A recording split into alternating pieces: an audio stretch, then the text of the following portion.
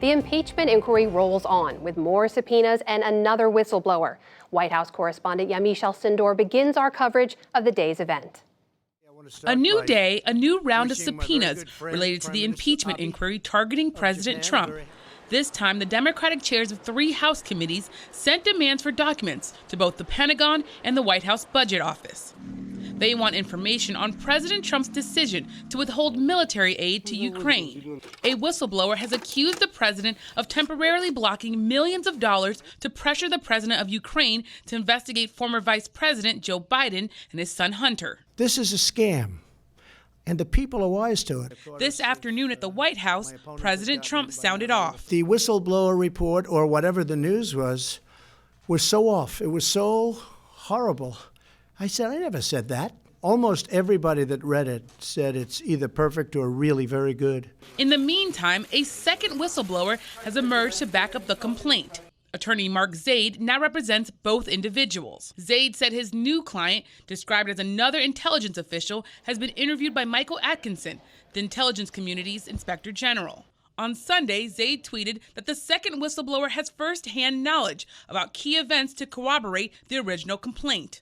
Over the weekend, the Trump administration put out no one to make the president's case. But Republican Senator Ron Johnson of Wisconsin came to the president's defense. He chairs the Senate Homeland Security Committee. The reason he had very legitimate concerns and reservations about Ukraine is first, corruption, generalized, it's endemic. We all know that. The Republican chair of the Senate Judiciary Committee, Lindsey Graham, has vowed to expose the whistleblowers' identities if Democrats move ahead with impeachment. But nearly 90 former national security officials who served under presidents from both parties published an open letter. They insisted that whistleblowers deserve protection and anonymity. They argue that, quote, a responsible whistleblower makes all Americans safer by ensuring that serious wrongdoing can be investigated and addressed. The Inspector General found that still to come this week, House committees will hear from several current and former diplomats and other Trump officials in closed sessions. And Yamiche joins me now, as well as our Capitol Hill correspondent, Lisa Desjardins. Yamiche, let's start with you over at the White House. You've been reporting on this impeachment inquiry as it continues to expand. What are you hearing and seeing among Trump allies and from the president himself?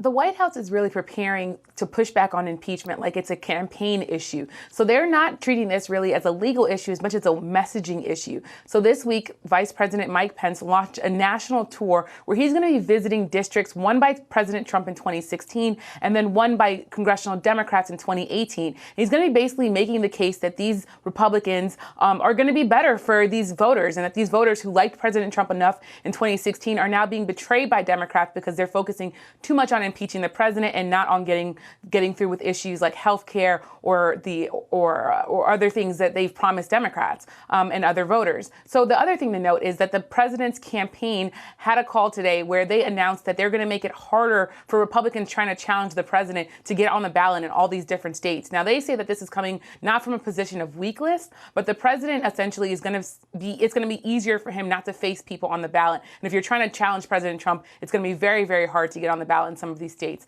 The other thing to note, that Democrats are actually looking into now having the whistleblower, at least the first whistleblower, testify off campus, possibly in a shrouded way so that you can't know this person's identity either through their face or how you see them. And that's pretty unusual. But as you have the White House making their strategy, you have Democrats on the Hill essentially making their strategy. Lisa, to you on this now, those are some extraordinary steps they're considering so they can hear from the whistleblower himself. What else are you hearing about what we should see on Capitol Hill this week? A quick reminder, we don't know if it's a man or a woman yet, but to speak to what Yamiche is reporting, it's very important. What's going on here, Amna, is that Democrats don't trust the Republicans in Congress because they know the Republicans and the president want to know who the whistleblower is. That whistleblower is protected by law. So that's one very important thing to watch. But also, let's talk about who else is going to be on the Hill this week. There are 3 interviews. One is the counselor to Secretary of State Mike Pompeo. That's next. We'll be watching that. But the 2 big names this week right here, first of all, let's look. Gordon Sondland. He is currently the ambassador to the EU. He is a political appointee. He is actually a hotel chain owner, a big Trump donor. Then also we will hear from Marie Yovanovitch, and actually I should say privately, House lawmakers will hear from Marie Yovanovitch. She was the ambassador to Ukraine, who we understand was recalled in that position. Both of them are involved in this call. Sondland was, we know, privy to all of the machinations of this, and we saw his text messages last week.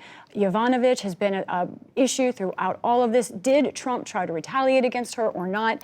It's going to be very interesting to see what they have to say behind closed doors. Aside from the impeachment inquiry, another topic generating a lot of discussion on Capitol Hill is this thing we just talked about, right? The president's decision to withdraw U.S. forces from northern Syria. What are you hearing on Capitol Hill about this? You know, I was making calls about, these impeachment discussions, the debate.